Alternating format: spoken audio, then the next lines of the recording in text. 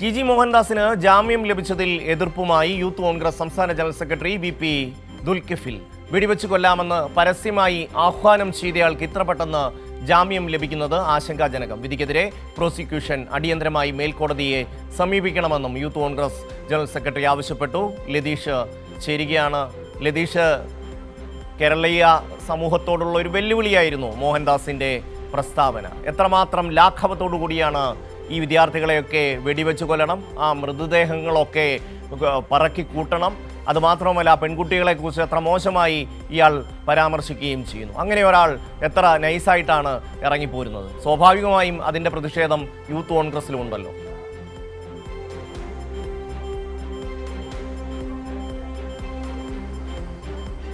ഷമി, ഇതുമായി ബന്ധപ്പെട്ട് T G മോഹൻദാസിന് ഇത്തരം പരാമർശങ്ങൾ നടത്തിയതിൻ്റെ പേരിൽ ഏറ്റവും എളുപ്പത്തിൽ ജാമ്യം ലഭിച്ചതിൽ വലിയ പ്രതിഷേധമാണ് പൊതുസമൂഹത്തിൻ്റെ ഭാഗത്തു നിന്നും ഉയരുന്നത്. കാരണം അദ്ദേഹത്തിൻ്റെ ആ അഭിപ്രായത്തെ അദ്ദേഹത്തിന് വേണ്ടി ബാധിക്കുന്ന RSSO BJPയോ പോലും അദ്ദേഹം പറഞ്ഞ അഭിപ്രായത്തെ പിന്തുണച്ച് രംഗത്ത് വരാൻ തയ്യാറായിട്ടില്ല. RSS സൈദ്ധാന്തികൻ എന്നുള്ള നിലയിൽ ആ ഒരു സ്ഥാനം അല്ലെങ്കിൽ അത്തരം ഒരു ആളെ പിന്തുണയ്ക്കുക മാത്രമാണ് തങ്ങൾ ചെയ്യുന്നതെന്നാണ് ഇന്നലെ പോലും BJP നേതൃത്വവും അല്ലെങ്കിൽ RSS നേതൃത്വവും പറഞ്ഞത്.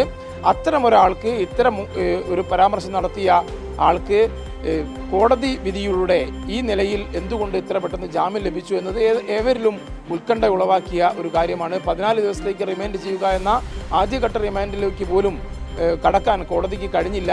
അതിന് കാരണം അന്വേഷണ സംഘത്തിനുണ്ടായ വീഴ്ചയാണ്. അത് അക്കമിട്ട് നിരത്തിക്കൊണ്ടുള്ള കാര്യങ്ങൾ നേരത്തെ തിരുവനന്തപുരത്ത് നിന്നും ഷീജ റിപ്പോർട്ട് ചെയ്യുകയും ചെയ്തു.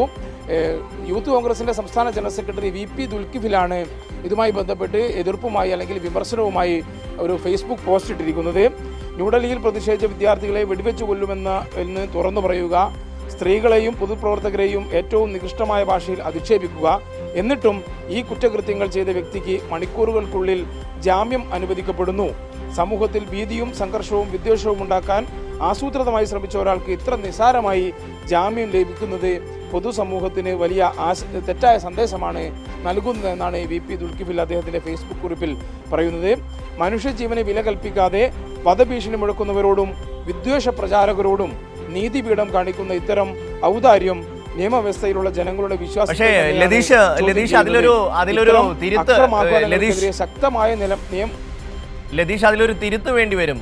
ഇതിപ്പോൾ ദുൽകിഫിൽ പറയുന്നത് നീതിപീഠം എന്തോ തെറ്റ് ചെയ്തു എന്നുള്ളതാണ്. നീതിപീഠത്തിന് അവരുടെ മുന്നിൽ വരുന്ന നിയമത്തിൻ്റെ അടിസ്ഥാനത്തിൽ, അവരുടെ മുന്നിലുള്ള നിയമത്തിൻ്റെ അടിസ്ഥാനത്തിൽ മാത്രമേ ഇടപെടാൻ പറ്റൂ. അവിടെ വീഴ്ച വന്നിരിക്കുന്നത് സംസ്ഥാനത്തെ പോലീസ് സേനയ്ക്കാണ്. അവർക്കറിയാം എങ്ങനെ ഒരു സംവിധാനത്തിൽ ജാമ്യം കിട്ടും കിട്ടാതിരിക്കും എന്നുള്ളത്. അപ്പോൾ കിട്ടണം എന്ന ഉദ്ദേശത്തോടു കൂടി തന്നെയാണ് പോലീസ് നീങ്ങിയിരിക്കുന്നത്. അത് പക്ഷേ ദുൽകിഫിലിൻ്റെ ഫേസ്ബുക്ക് പോസ്റ്റിൽ അത് ചൂണ്ടിക്കാണിക്കുന്നില്ല.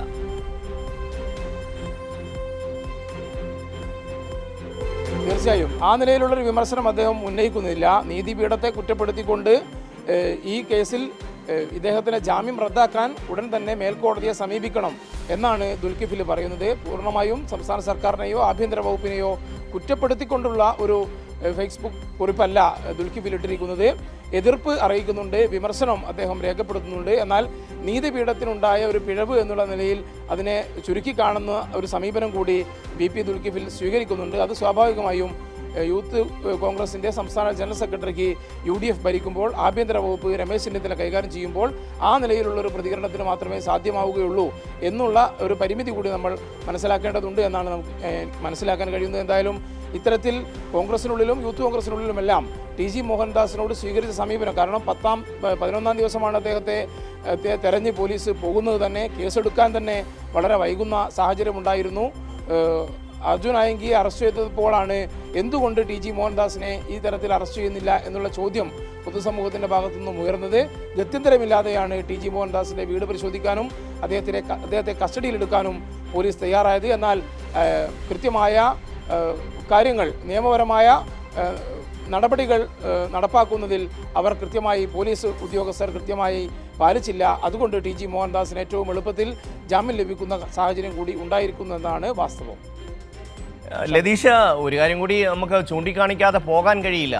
ഈ ഒരു പരാമർശം വരുന്നു, അവിടെ പരാതി കൊടുക്കുന്നത് AIYF സംസ്ഥാന സെക്രട്ടറി ജിസ്ബോനും പിന്നീട് അതുമായി ബന്ധപ്പെട്ട മറ്റാൾക്കാരുമാണ്. ഈ യൂത്ത് കോൺഗ്രസിന്റെ നേതാക്കളൊക്കെ ഒരു പരാതി പോലും കൊടുക്കാൻ മുന്നോട്ട് വന്നില്ല എന്നുള്ള വസ്തുത കൂടിയുണ്ട്. ഈ 11 ദിവസം കാത്തിരിക്കുമ്പോഴും അവർ ഈ കാര്യത്തിൽ ഒരു പ്രതികരണവും നടത്തിയിട്ടില്ല. ഇപ്പോൾ അറസ്റ്റ് ചെയ്തു, അത് ജാമ്യത്തിൽ വിട്ടു. അപ്പോൾ മാത്രമാണ് അവരുടെ ഒരു ആത്മരോഷം സടകുടഞ്ഞ് എഴുന്നേൽക്കുന്നത്. രതീഷ്,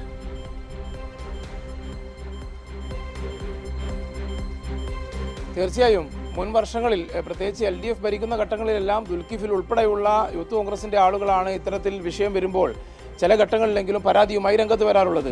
ഈ നിലയിൽ വലിയ അധിക്ഷേപം പെൺകുട്ടികൾക്ക് നേരെ ഡൽഹി സമരവുമായി ബന്ധപ്പെട്ടുകൊണ്ട് TG മോഹൻദാസ് നടത്തിയിട്ടും അതിനെ അപലപിക്കാനോ അതിനെതിരെ പരാതി നൽകാനോ ഒന്നും തന്നെ യൂത്ത് കോൺഗ്രസ് തയ്യാറായില്ല എന്നതും എടുത്തു പറയേണ്ടത് തന്നെയാണ്. സംസ്ഥാന സർക്കാരിൻ്റെ അല്ലെങ്കിൽ പോലീസിൻ്റെ വീഴ്ച മറച്ചു വെക്കുന്ന തരത്തിൽ കൂടിയാണ് ഇപ്പോൾ ദുൽകിഫിലിൻ്റെ ഭാഗത്തു നിന്നുള്ള പ്രതികരണം വന്നിരിക്കുന്നത്. എന്തായാലും ഈ മേൽക്കോടതിയെ സമീപിക്കണമെന്ന് അദ്ദേഹം പറയുമ്പോൾ സ്വാഭാവികമായും ആ നിലയിലുള്ള ഒരു നടപടി പോലീസിൻ്റെ ഭാഗത്തു നിന്നുണ്ടാവണമെന്ന് യൂത്ത് കോൺഗ്രസ് ഉൾപ്പെടെയുള്ള സംഘടനകൾ ആഗ്രഹിക്കുന്നുണ്ട് എന്ന് മാത്രം നമുക്ക് കരുതാം. ഷമി, ലതീഷാണ് വിവരങ്ങൾ നൽകിയത്.